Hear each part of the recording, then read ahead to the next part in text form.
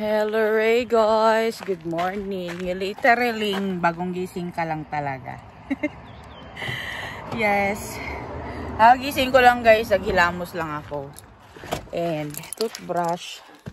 Tapos, tara na, mag-drive na tayo guys.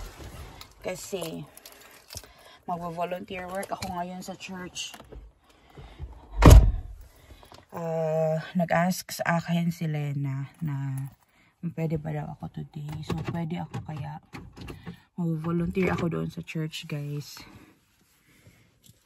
And, tutulong ako na magre-repack ng mga gamit. And, hindi gamit guys, ng mga tawag nito, pagkain. Magre-repack ng mga pagkain guys, yung mga food waste, mga heavy kiruwa ka na galing sa stores na binibigay nila sa church for free. And yun naman is ibibigay din ng church for free sa mga tao. So mamayang 12 noon, it's already 6:50 in the morning.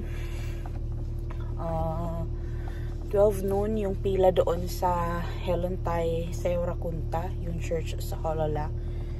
And mamimigay ng pagkain doon for free. Gusto ko sanang isama si Nico and Anika, but since inaantok pa talaga si Nico and si Anika is nagising ng 4 o'clock kasi maliwanag na dito ng 4 o'clock. Akala niya ano na daw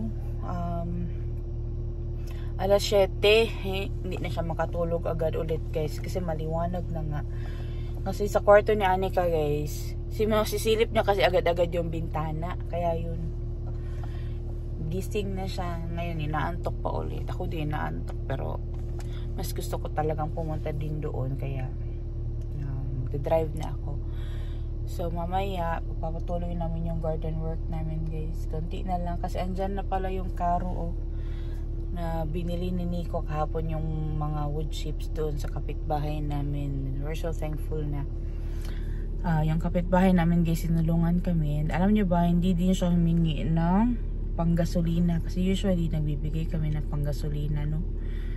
Yan, sabi niya wag na daw. Ganyan kababait ang mga tao dito sa countryside guys. Kahit di naman sa atin sa Pilipinas, diba, sobrang matulungin din. Lalong-lalo na yung mga nasa countryside area o nasa mga probinsya.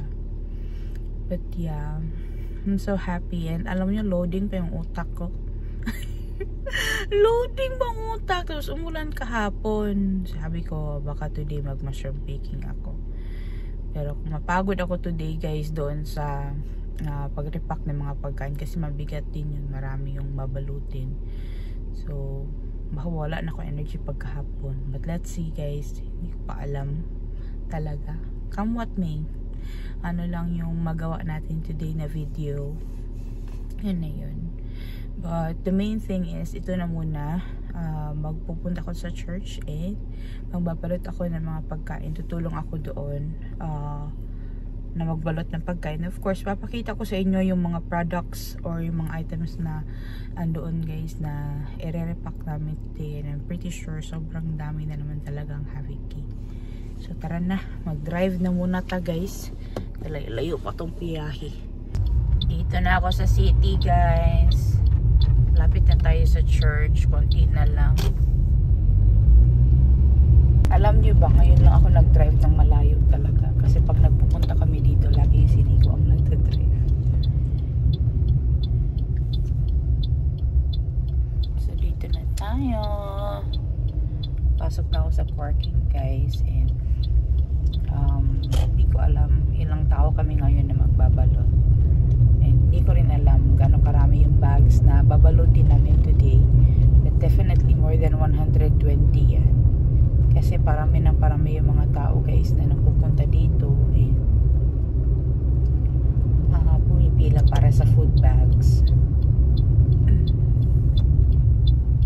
Which is good guys kasi para hindi masayang yung mga pagkain, no? Galing pala yan sa mga grocery. And kahit yung Prisma na malapit dito guys, nagdo-donate din sila ng pagkain para ipabigay ng church for free.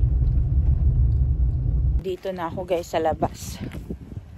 And medyo umaambon today. Sana man wag umulan talaga kagaya kahapon para hindi mabasa yung mga tao na pupila today para sa food bags. So Papasok na muna ako sa loob. And magsa-start na kami na mag-sort ng mga pagkain. Na ipamimigay mamaya. So dito na tayo.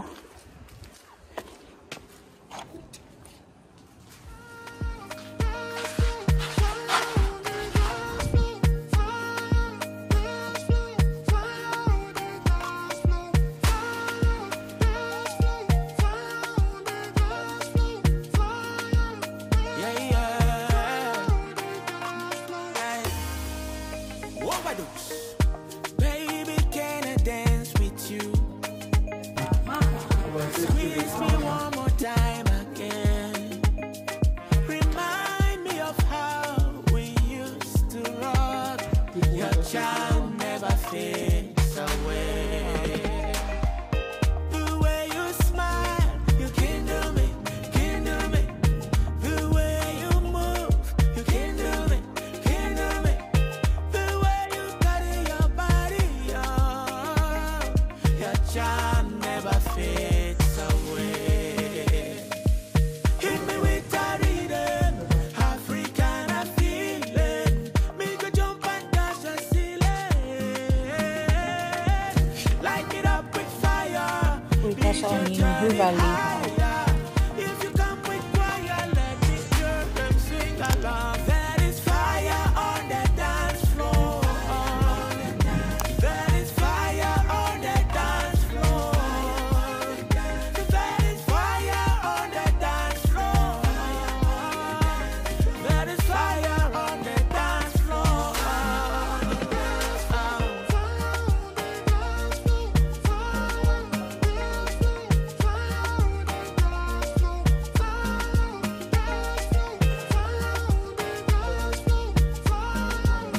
Oh yeah, oh yeah, yeah, yeah, yeah. Your love is true, your love is so precious. You are my light, shining through the darkness. You are my strength. Oh, when I'm broken, you chase away my fears. Hit me with a rhythm, African feeling. Make a jump and dance. Guys, ang dami kong naiuwi. Makikita ko yan sa inyo mamaya sa bahay. Pero yung andyan sa isang bag, cat's food lang yan, tsaka dog's food. Grabe guys, sobrang daming taong nagpunta and lahat masaya. Swerte nung mga nakakuha ng mga smoked lamb meat. Ang daming smoked lamb meat guys, mga more than 30 siguro yun. Hindi na ako kumuha ng guys kasi may mga karne kami sa bahay. Pero I mean, yung mga karne talaga is pinamigay talaga doon sa mga tao and ano talaga, sobrang puno ang mga bags nila. And marami akong nakuha din para sa amin and ibibigay ko yung iba doon sa kapatid ni Nico, lalo na yung mga dog's food. Kasi marami pa kasing pagkain si Pimo. Tsaka cat's food, may 2 box doon. Ibigay ko yun sa kapatid ni Nico. Tapos mayroon ding mga buns, sweet buns na pwede pang kape. And today, hanggang today lang siya guys. Today mag-expire siya. Pero pwede po yung kainin. Hindi ko talaga maintindihan yung mga tindahan. But yeah, ang dami nating blessings galing dito sa church. And everybody was so happy.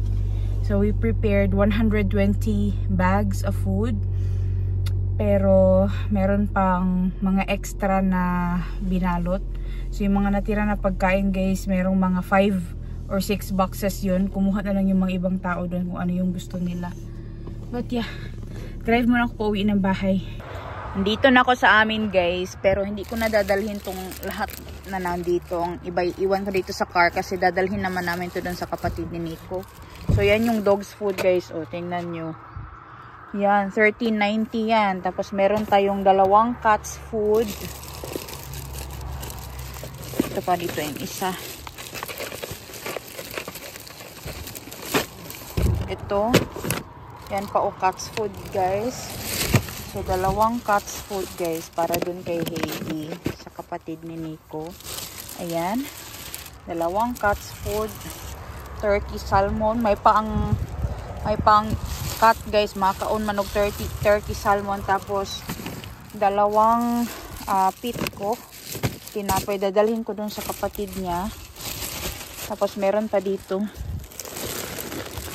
ito yung pula guys, ito dadalhin ko to doon sa stable guys ba, para makain nila. Actually today to ang last day nito guys. Ayan o, ayan. Tapos itong iba guys is dito sa bahay. Muha ako ng mga serviette doon guys, itong mga tissue paper kasi magagamit namin ito kapag mag kami. Ay, iwan ko pala tong dalawang ganito dito sa car. Ito ba yung sa inisip ko? Ito nga, yung isa pala iwan ko dito sa car para magamit yan dito. Kunwari, kailangan namin ng piece of paper. Tapos ang the rest, dalahin ko to doon sa loob ng bahay. Yan guys, sobrang puno. Papakita ko sa inyo guys mamaya sa loob. Pero yan lahat, bibigay ko yan lahat doon sa kapatid ni Nico. So guys, dito na sa bahay guys. And kita nyo yung likod ko guys. Konti na lang yung mga gamit nandyan. Para yan sa ukay-ukay guys. So, ito na yung mga na ano natin guys, na libre natin doon sa church. And napakaraming food guys. Pero ako na lang ang umayaw. Kasi nga marami pa kasing pagkain talaga sa bahay. But look daddy, we have cheese. Oh. It's like very big chunk of cheese. I think this is like 800 grams of cheese, guys. Ayan. Tapos, yung tissue paper. Big. Yeah, it's so big. You like cheese? Yeah. Tapos, meron tayong mga tissue papers, guys. Ito is magamit namin to. Binamigay ito, guys, doon sa tindahan. Kasi ito is for Christmas. Kasi pang color red siya. Pero magamit naman to kahit ano. Yeah. Tapos, halot na ito. Nagre-ready kasi sila ng lunch. Tapos, ito naman is tinapay. I got 2 bread. Seppo wanted to give me more. I said, no, I don't want to take more. But there's a lot of bread. Ito yung dalawa lang ang kinuha ko.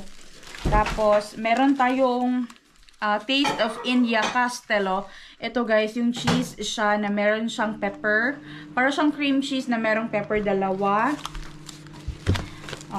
Tapos meron tayong Putelo Aine. Ayan oh.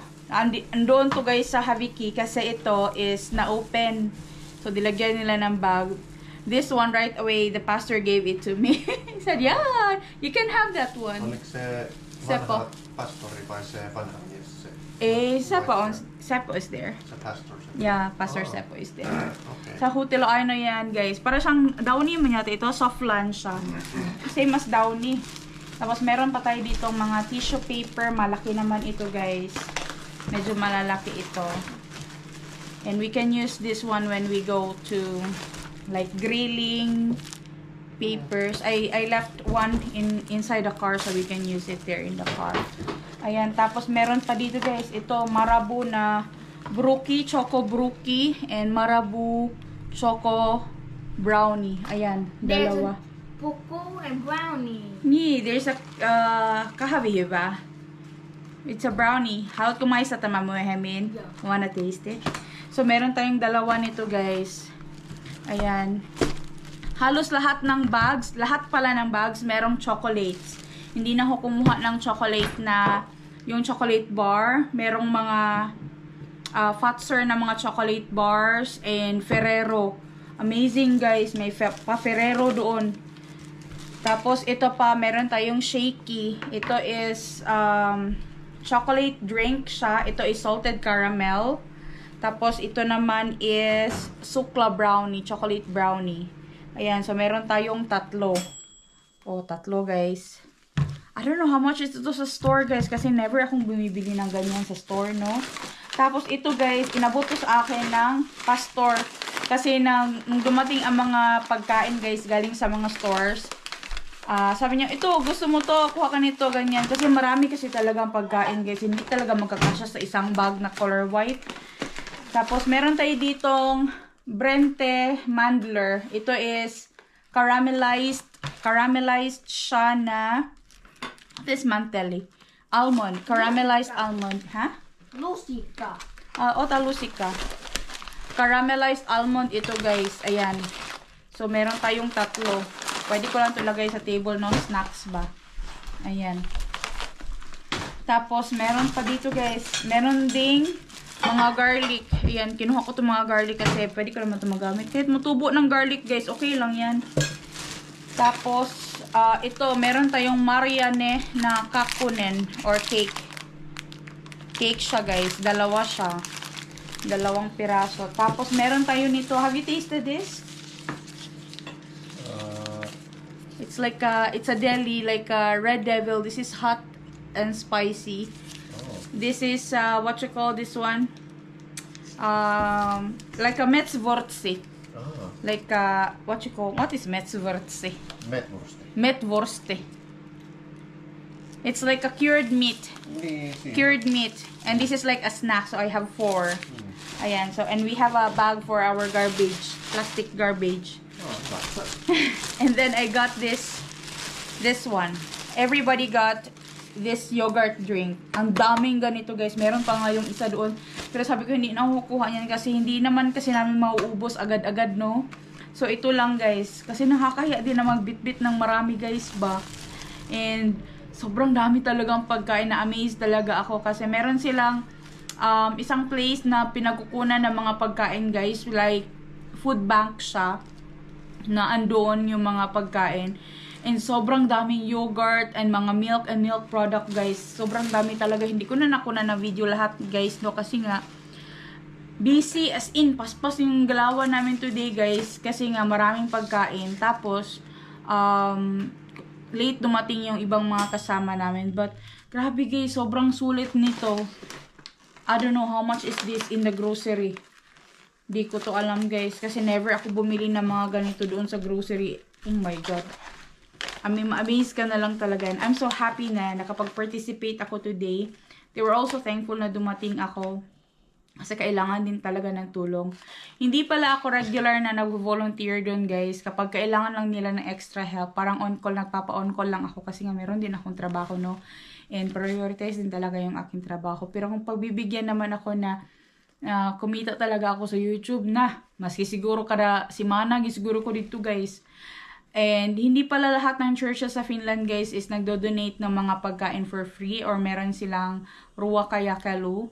May mga ibang churches din na wala kasi nga wala silang resources and mahirap din makakuha ng resources dito para kunwari gusto mo magkaroon ng ganito na ruokajakalu or mag-food distribution, mahirap din kausapin yung mga stores, yung ibang mga stores na pumayag sila na ibigay yung mga food waste nila sa church. Ganon. Kasi nga sa protocol kasi dito, but there are a lot of churches naman na gumagawa din. And there are a lot of stores na nagdo-donate din talaga ng mga pagkain, which is so amazing. Kasi nga, napakasulit nito guys. Grabe. And there were a lot of families today na nagpunta. And sobrang daming nabili ng mga, na-save ng mga tao. Kasi ito, libre ito guys. Wala silang binaya dito kahit na piso. And kami din, wala rin kaming bayad. But we can take any food that na meron doon na leftover.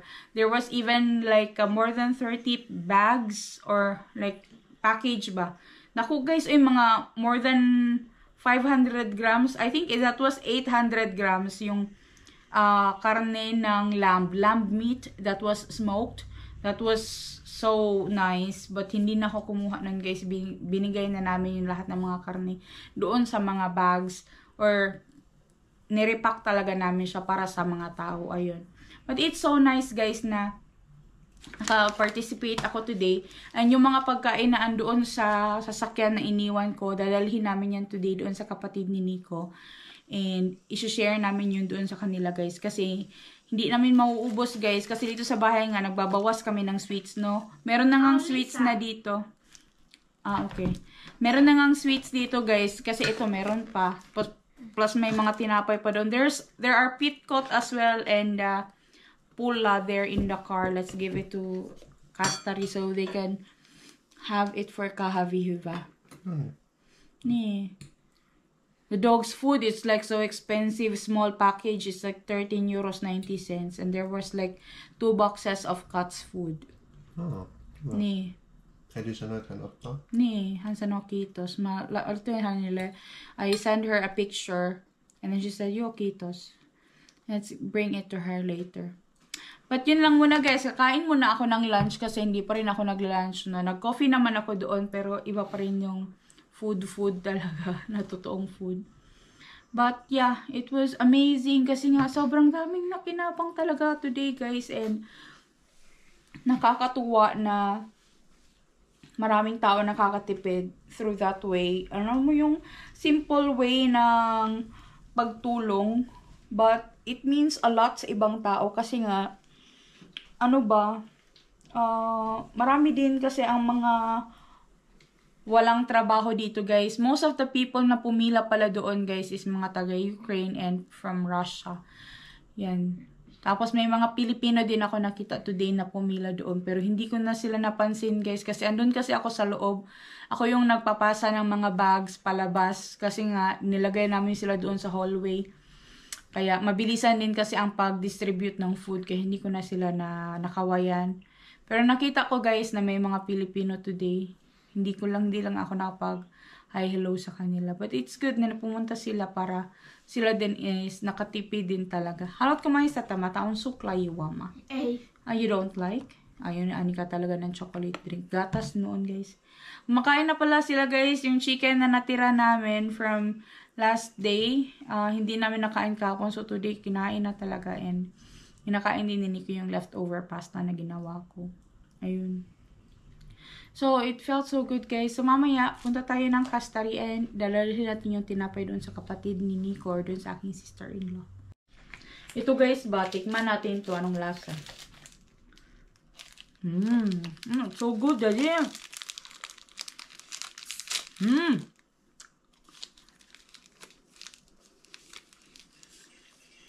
Daddy, so good.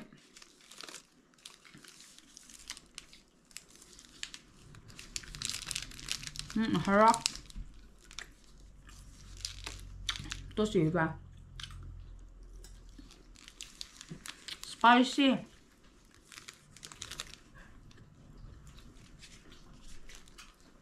Sarap nito guys. Pasta.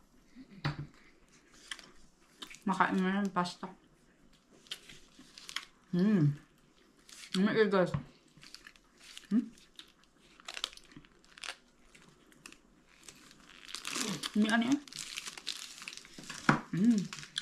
This is good when you are drinking and eating. I have here too. Hello Ray guys, tara na. Nagdala ako ng isa nito kasi puntahan namin si Elisa, sunduin namin siya. Tapos hatid ko yung mga pagkain doon sa sister-in-law ko guys para kain nila yun. Hindi ko na mag-drive. Yan. Hatid lang natin yung mga pagkain guys para hindi yun masayang no. Libre yun. Maano yun nila today for coffee. I mean yung mga dogs food ba and cats food. Yun, dalahin natin. Punta na tayo kay Elisa guys. Alam niyo ba kanina umaga guys, may nakita akong dyan. Tawag nito, fox. Tapos kakulay niya lang yung field guys. Mag-merge talaga sila no, or yung tawag nito, mag-adapt talaga sila sa color ng field or sa color ng nature. Binigay ko kay Elisa yung almonds guys, tsaka yung isang cinnamon bun na mahaba. Para meron siyang pang snack. Tapos ito, lalagay ko dito sa harapan para pag kailangan ng papel or ng hintayin lang natin si Elisa guys. Ayan na, nagbitbit na ng jacket si madam. Hindi ka magdala ng jacket, baka lamigin ka doon na. Kanina sumisikat pa yung araw. Kanina yun, ngayon umulan. Mamaya, naka-jacket nga kami lahat para sure ba. Anong tawag dito? Iniwan ko lang naka-on yung washing machine kasi nakasalang pa yung mga bedsheet doon. Okay lang yun. Mamatay man kaya yun ng kusa. Nasaan yung bedsheet mo doon, Carlo? Ay, kay Carlo yun? Oo. Sinampay ko na lang yung mga damit niya. Ay, grabe naman talaga to si Carlo, may taga-sampay. Carlo is washing his clothes in Elisa's house. Now Carlo is at work Elisa is washing Carlos bedsheet and clothes. Now, Elisa need to levitate, like put it in hanging as well. We should also do that one day. Yung mga sampayin na our clothes too. Ni. But he is washing there in Elisa's house. Oh, there's like a laundry shop. Yeah, there's a laundry shop. I put two. Swerte, Carlo ba? Grabe talaga to si Carlo. Siya na. Daddy, let's also give to Elisa our laundry, no? We have a lot every... We have a lot, like, Nico is washing like 3 times a week. But not in... So, yan na, guys. Here's the dog's food. Dalahin natin ni Nico doon, guys. Bigyan namin doon sa aking sister-in-law. Hatid lang namin to, guys. Ayan. Iniwan lang namin sa labas, guys, kasi si Ru ayaw talaga kay Nico pa. Yan. I've seen the wishing well, but I don't throw pennies down below. I've seen a shooting star, but I don't follow where it goes. I'm not the superstitious kind. You were always meant to be mine.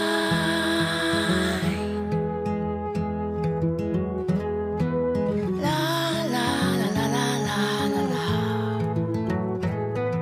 Some people pray all day and cross their fingers tightly